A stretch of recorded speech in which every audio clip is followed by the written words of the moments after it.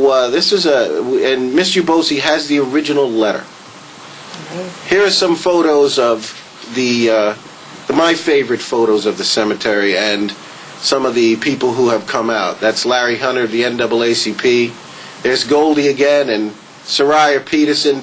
Mr. Peterson's family is buried at the cemetery, and they have no plots. We're not really sure. They have no headstones, but we're going to be finding out at least where their plots are. This is Reverend Washington and Tom Kistner. Reverend Washington gave a very moving prayer there that day. Those of you who attended will remember it well. And once again, Larry Hunter and one of the youth from the NAACP. And this is probably my favorite photo. And just shows, and this is what we want. We want this cemetery visited. We want people to come out and pay their respects and recognize that this is a place of history, education, and reverence. I have one more thing I'd like to share with you. I actually received this today. It was from one of the descendants. There is a James Watson Allen, known to all as Hip. He was born May 31st, 1910. He died on December 25th, 1940. Hip was well known throughout Westchester as an active member of a large integrated motorcycle club, the Northernite Riders of White Plains. Always the showman, on Easter Sunday, he dressed in top hat and tails to ride his Harley, Tiger Rag, through the town, visiting friends. He was killed by a vehicle backing out of a driveway while riding on Christmas Day, 1940. We have a million stories here. We have undiscovered history, and it is our intent to fill in all of the blanks for the African American Cemetery. Thank you very much. Thank you, David.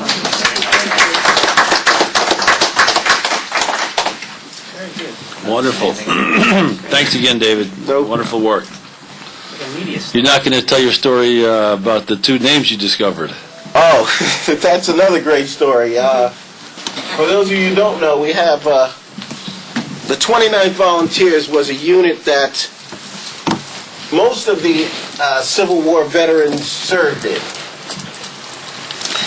And then going through our research for the project, we discovered that there were two names in that registry that you all should recognize.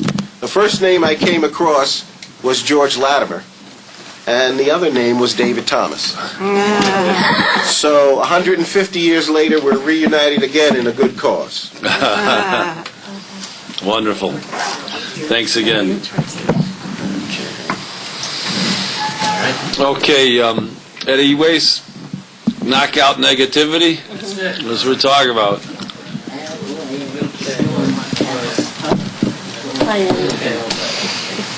I want to first congratulate Mr. Carver and Mr. Gelfer for your success. Thank you so much. I have a lot of confidence in you guys. You're going to continue to do wonderful things in the community. I want to thank Mr. Thomas for that great presentation. That was really interesting. And anything with culture or history, I'm definitely a big fan of. One thing I want to say is the Unity March was in April, and it was a tremendous success. And I want to make a point of thanking this board because Mr. Bishop and Mr. Villanova really stepped up and took care of the March portion, and we were able to have a successful event. And I wanted to thank this board and the town of Rockford for doing that. Thank you very much. The Knockout the Negativity event is an event and a project that I wrote up before the Unity March, and I felt the message was very powerful, knock out the negativity. To make a long story short, it's amazing what one person can do with a strong message. 17 years ago, I started doing community organizer work and projects and all these type of things. And here we are 16 years later. I have 97 volunteers. I have people in Chicago, Westchester, and New York City that I brought in to do the Unity March. So it's incredible when you start something with a message or a passion for your community, what it could turn into if you continue to have that passion and genuine goal set to do these things. The Knock Out the Negativity is basically a movement, a community-wide movement that everybody can take. And I've called the Assemblyman Lattimore's office. I've also called the school district and numerous other people to take this message and to be creative and to promote it in any way you can, to essentially knock out the negativity in your community and change your mindset and become leaders and do big things in the community, make impacts. It's all a message, it's a movement. And we are going to do that for 4 months. I have lots of things set up throughout the community. I'll be coming back for the next meeting to announce those things. The second part is something that's very radical, but I think a lot of fun. It's a Knock Out the Negativity boxing event, and I'm looking at a few venues. The Capitol Theater is one. And the first match is going to be Mayor Dennis Pillar versus me in the boxing ring. No way. Oh, yes way. Is he out of his mind? He really wants to? Well, I'm out of my mind. We're both out of my mind. No, it's all fun. Listen, Oh, you're not going to hit him? no, well, it depends.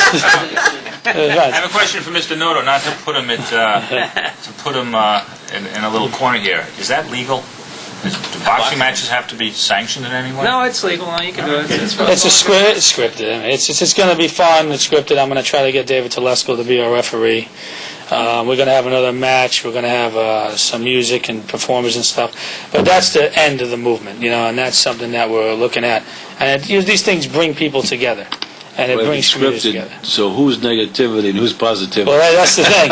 That's the thing. The trigger with this We'll is... get knocked out. Yeah, it's funny. The trigger is the knock out the negativity is the message, but the event isn't about anybody being negative. It's really just us coming out and doing something fun for the community and something exciting. Because you have a community of 30,000 people, but these type of events make you feel like you're a community of 700. And that's the idea. And I think Steve Jobs said one time that the people who are crazy enough to change the world is the ones that do. And that's why we do these type of things, And I'm going to continue to do these type of things, and hopefully we can get people to be creative and want to be leaders.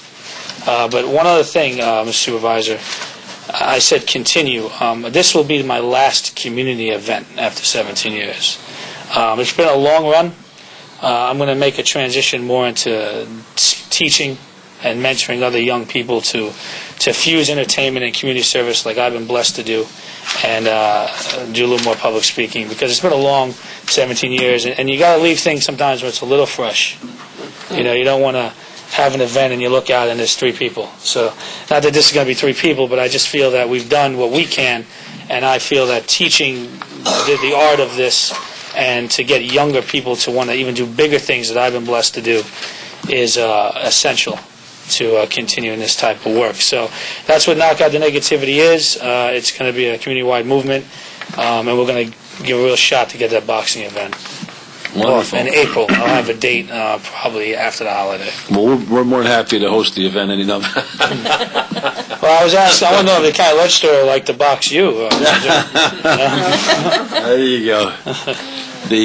But basically, well, any support we can give you, we're very supportive of all the things you've been doing and community organizing. Have you had a chance to get together with Greg Arcaro by any chance? I know no, we always talk about that. But yeah, would you make sure that this happens this time? Absolutely, I'll get. Because we're looking forward to helping you help us make Rydetown and Portchester Mount American communities. So, Mr. Arcaro. You're going to come back and tell us in December the series of events in the agenda? Yeah, after the holiday. After the holiday. This is the announcement, and November 21st I'll be opening up the village board meeting with another announcement. Beautiful. And we build, you build that power of perception, and you allow people to take leadership and make these events their own, like we did the Unity March. Yep. And it started off as just a march, and it became a Carver Center program and a march, and it's incredible when you let people take the lead and you let them believe in themselves. What they can do. You can move mountains. You really can. Absolutely. In fact, if you get Mr. Arcaro, then would you... I'd love to hear about that lunch and follow up and see what we can do to work together. Thank you so much, Supervisor Carver, and thank you, Board and Tamarack. Thanks, Mr. Knock out negativity. I like to see Sam in the ring. Let's help him with some of the messaging there, Mr. Arcaro. We want Sam in the ring. Huh? Who can he box again? Yeah. See him and Dennis. Okay. Forget it. All right. Much more mundane. Moving to more mundane matters. We have a few resolutions here. I think we can knock them out fairly quickly. We have a resolution to reappoint more fully Mr. Dr. Richards to the Board of Assessment Review. Any questions, comments? What do you mean more fully? Didn't we already pass this resolution? We did. He filled an unexpired term. Oh, John Brank. John Branca's term. So now is the Village of Portchester still in favor? Because that's their position that we're filling, and usually No. whoever position it is the Right, is but that yeah, the I mean, town? as far as I know, they didn't object to him, and they approved him last time. They approved him last time, Right. So we're just reappointing him. and that was only, I think, about 4 or 5 months ago. I don't think they've changed their minds. Just asking. Okay. I think the answer is yes. Okay. You can make a motion. Any motion to approve? Motion to approve Dr. Richards' appointment. Second? Second. Michelle?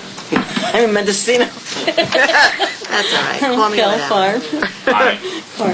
Aye. All right, now this is the time of the meeting, Mr. Markowitz.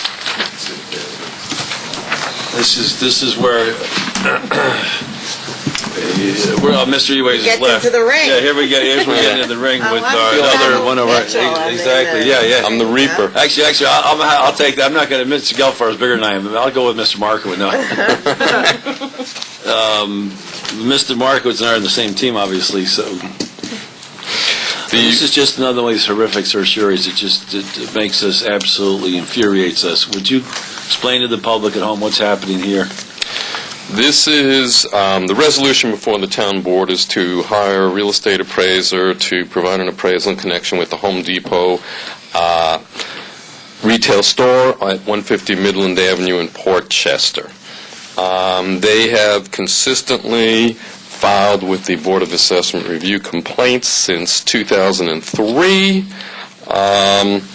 They, in some ways, have not been a model corporate citizen.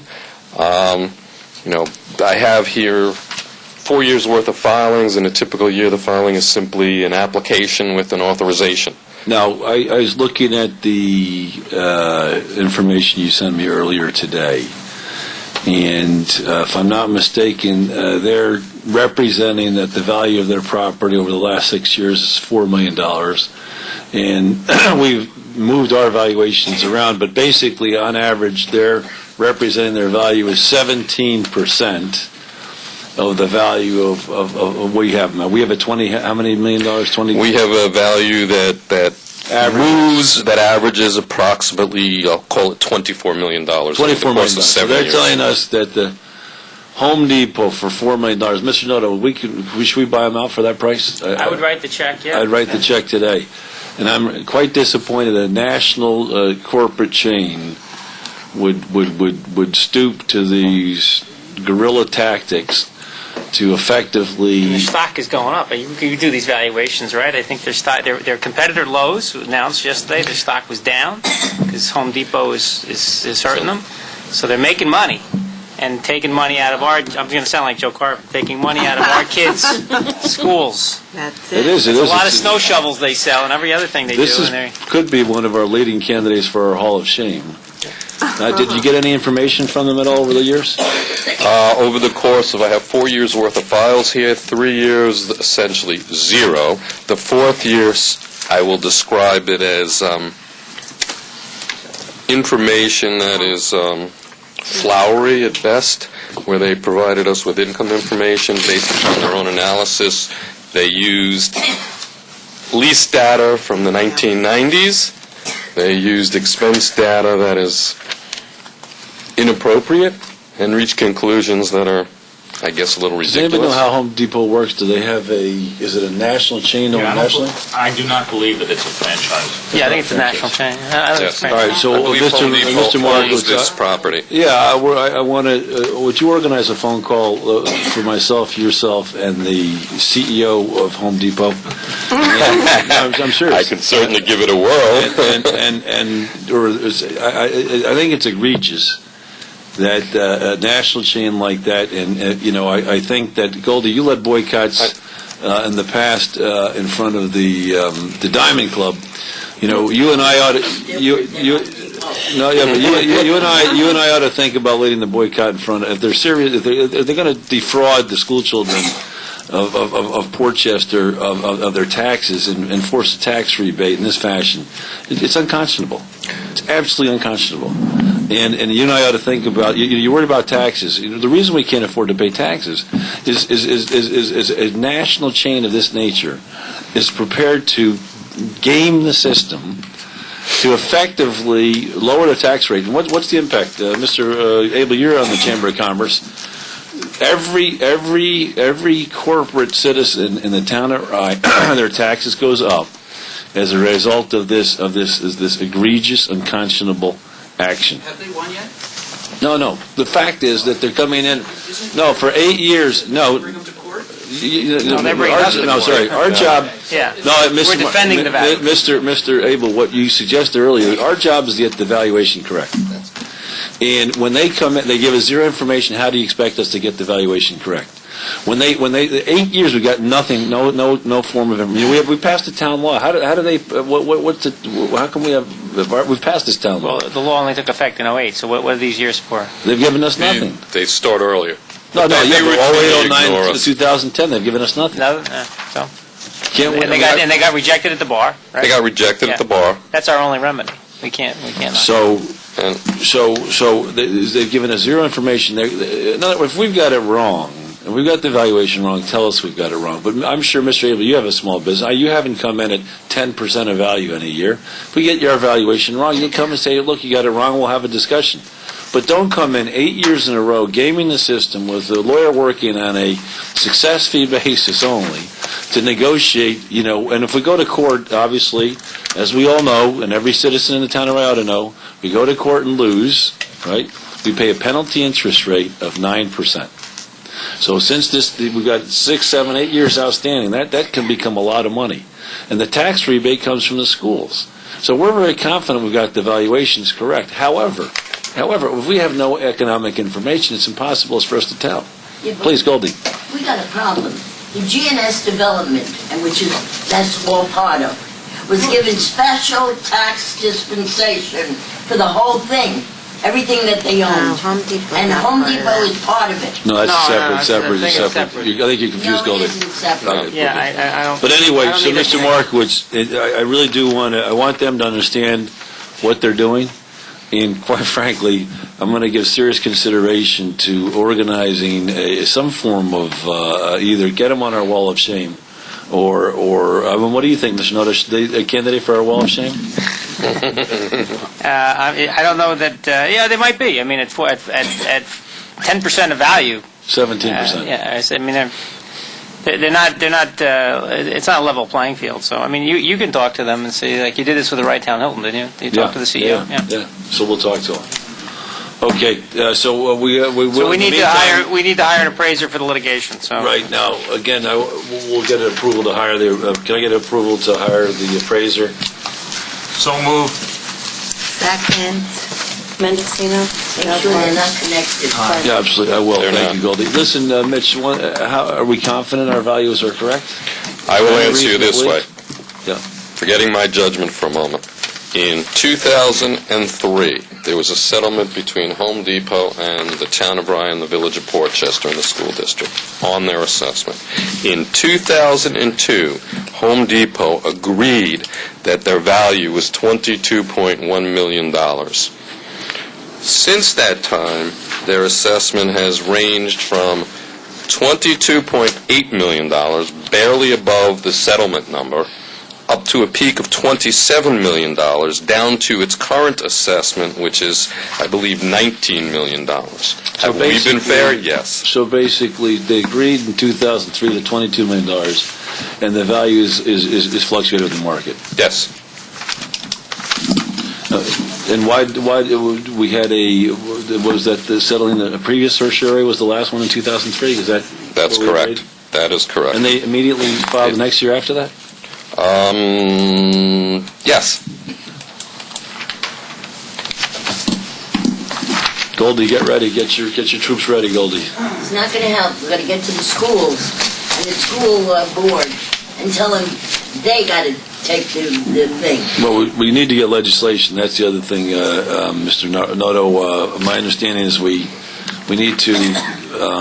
Actually, I was talking with Assemblyman Latimer at the African American Cemetery meeting, and I was speaking with Mr. Otis, who's State Senator Oppenheimer's legal assistant, or works with her, and chief of staff, and we need to get new legislation drafted and passed to prevent this unconscionable behavior. Thank you, Mr. Markowitz. Thank you. Can I get a motion to approve the appraiser? So moved. Second? Second. Bendicino? Aye. Gelfarb? Aye. Okay. The last item of business we have tonight is the Tamarack Tower Foundation is looking to put up a sign in front of Crawford Park announcing the annual Turkey Trot Walk and Run of 3.5 miles. It's a fundraiser for Tamarack Tower. Tamarack Tower is the Alumni Association of Portchester High School. The Turkey Trot takes place on Thanksgiving Day at 9:30 a.m. It begins and ends at Portchester High School. I've actually run in it in previous years. I don't know, Mr. Gelfarb, are you going to run it this year? I don't know. I'll take that as a yes. Councilwoman Mendocino? No. No, walk? I know Hope, Town Clerk Vesby, you walk every year, right? So anyway, it's a great event. Thanksgiving Day leaves Portchester High School at 9:30 a.m. and comes back to the high school, and they have a little function afterwards, I remember.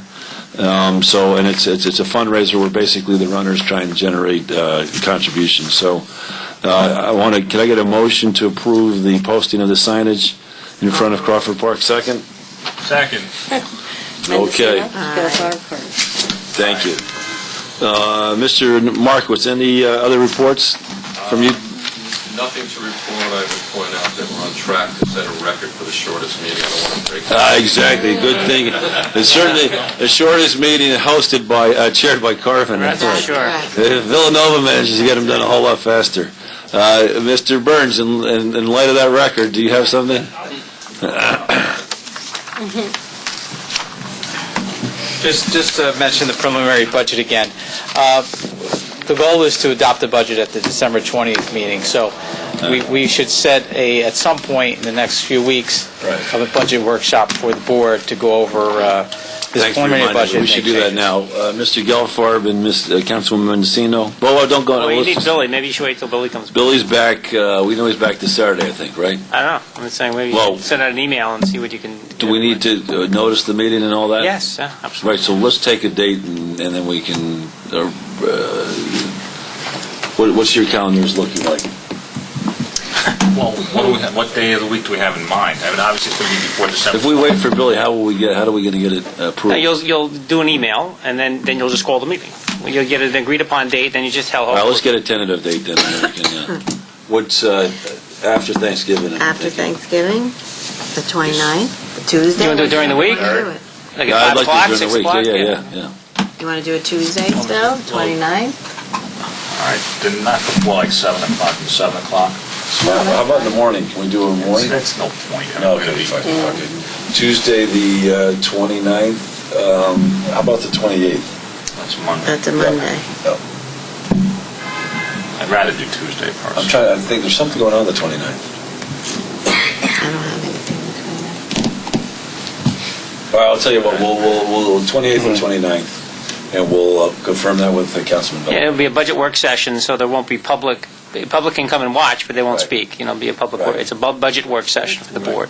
So there's no formal vote on anything? Well, you can vote on additions or deletions from the budget, but there's no public comment. They can sit and watch, but they don't. You can let them. By the way, you can let them speak. I'm just saying, technically, it's not a public hearing. We'll let Goldie and Mr. Abel speak. I mean, it's not like anybody's. Okay, so it'll be the 28th or 29th, and we'll firm that up with. We'll try and firm that up as soon as possible. You're both available both nights? I think. I'll let you know. I recollect something on the 29th, but I can't remember exactly what it is. Let me know what it is. So either the 28th or 29th at 7 p.m., and we'll try and firm that up in the next 24 hours. All right. Okay? Thanks, Mr. Byrnes. Okay.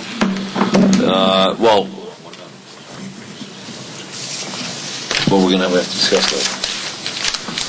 So, receiver taxes, the Honorable Mr. Mecca, I understand, is doing very well. We spoke to him on the phone the other day. We went through the department head's review. I want to congratulate Mr. Mecca on his victory in the election and wish him a speedy recovery.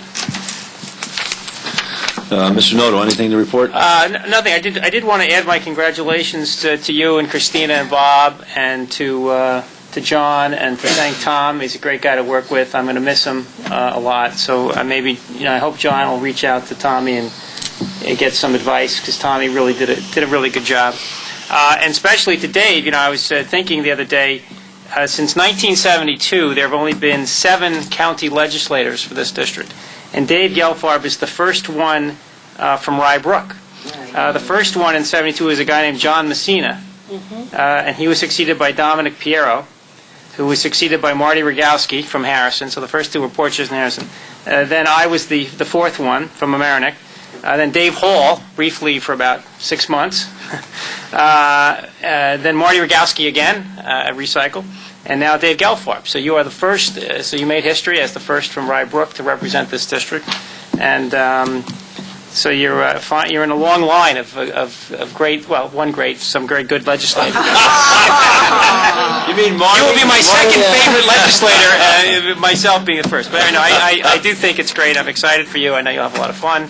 And it's a wonderful opportunity. So and now we will be on your case. Things we're going to need from the county, and Supervisor Carvin is no shrinking violet. When he wants help from other levels of government, ask George Latimer. Joe practically parks in his driveway and tells him, "I need this law passed. Let's get it done." So I think when George sees Joe, he runs to the other side of the room because he knows he's going to get hit for a piece of legislation. They say, run to the sound of the gun, so I'll be running right. So, but it was great working with you on the town board. I'm going to miss you as a fellow lawyer. Dave was really. He operated as my co-counsel, so I'm going to miss him a lot. He did a lot of work for us, and it was fun. So, but we're still going to work together. So that's great on a different level. Thanks. Thank you, Paul. Thank you, Mr. Nardi.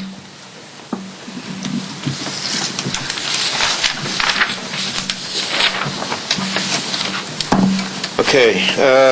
First of all, my wife Gail and myself just wanted to thank the board for recognizing the passing of Gail's Aunt Violet at last month's meeting. The family really appreciated that. Thank you. Now, South Barry Avenue Bridge over Guyan Creek. Onman Kirby has completed the specs for the concrete work to be done on the sidewalk. They're finishing the legal notes and are researching different salt protection companies that would best suit the project. The salt protection goes over the concrete during the winter for snow removal, because they can't use really salt, but use different types of chemicals, so they want to protect the sidewalk as well. So there's different companies, and they're seeing what's going to best suit that area.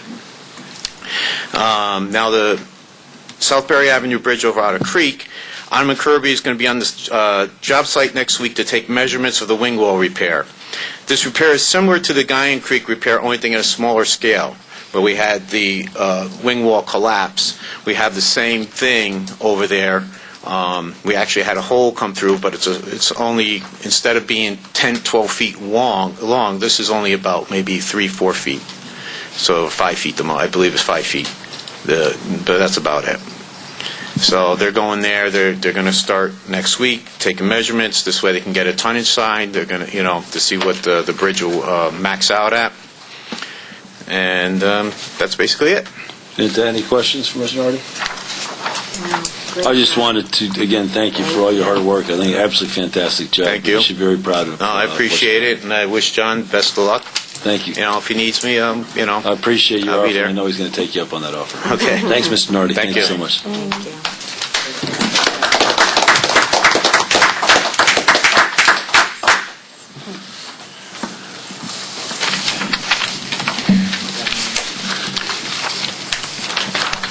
Good evening, Yes, I had, Good evening, Mr. Supervisor and Town Council.